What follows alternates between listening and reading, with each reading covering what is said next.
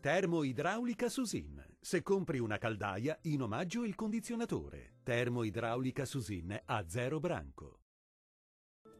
Una perturbazione atlantica sarà responsabile di un peggioramento del tempo e anche di un clima ben più fresco rispetto ai giorni scorsi. Vediamo il dettaglio. Sul Veneto maltempo con cieli coperti e con rovesci e temporali diffusi ovunque, anche forti sui settori centro-orientali della regione. Nevicate poi fino a 1200 metri sulle Alpi più settentrionali.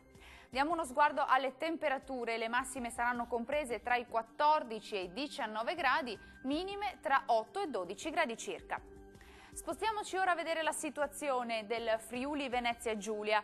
Anche qui rovesci e temporali diffusi, attenzione al pomeriggio perché potranno risultare anche violenti, soprattutto sulle aree centro-orientali. Vediamo le temperature, le massime saranno comprese tra i 15 e i 19 gradi, minime sui 10-12 gradi circa. Raggiungiamo infine il Trentino Alto Adige, molte nubi con rovesci e temporali diffusi anche sulla nostra regione. Calo sensibile delle temperature entro sera con qualche nevicata su Alpi e Prealpi fino a 1200 metri. Le temperature massime saranno comprese tra i 16 e i 19 gradi, i valori notturni tra 7 e 11 gradi circa. Il mare sarà mosso sulle coste e poco mosso al largo, i venti settentrionali moderati o forti sulle zone costiere, forti e settentrionali al largo. Dal nostro meteo è tutto, arrivederci.